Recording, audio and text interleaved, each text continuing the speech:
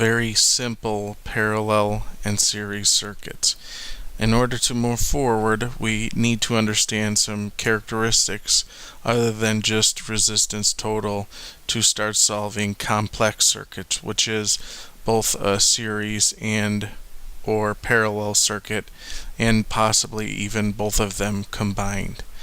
So let's start off with a parallel circuit.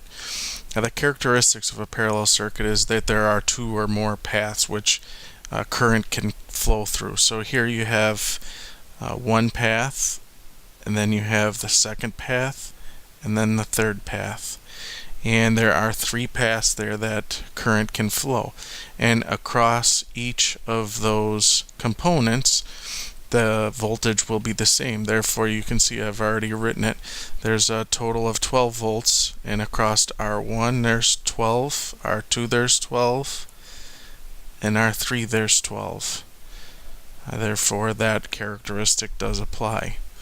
And lastly, if one or more parallel path is broken, current can continue to flow through the circuit. So therefore, if we cut branch 3 right here, current would still flow through branch 1 and through branch 2, but it would not flow through branch 3.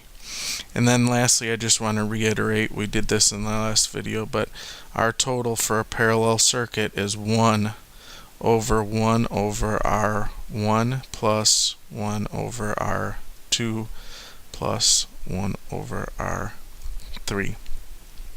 Now we're going to jump over to a series circuit, which the characteristics are a little bit different. The current in the circuit throughout the circuit will be the same. Therefore, I've already written that if the output current from this battery was 1 amp across resistor 1, it would be 1 amp across resistor 2, 1 amp across resistor 3.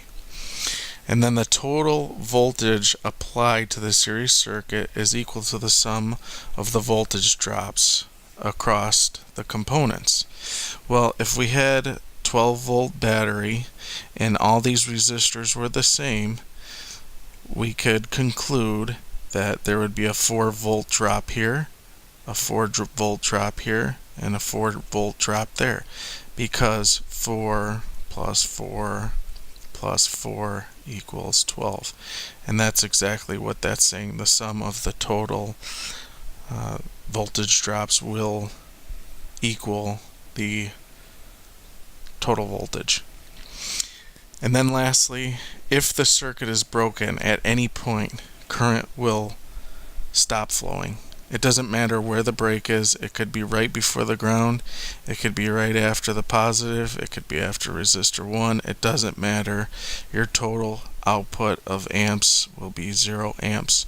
In order for a circuit to be complete, a series circuit must have a complete path from negative to positive. Without that, you won't get current flow.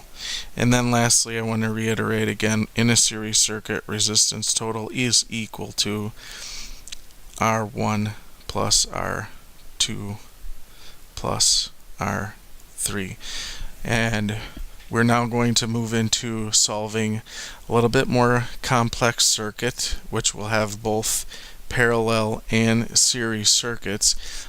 They're solved the same. You're just going to apply these rules that you've learned in solving them one by one.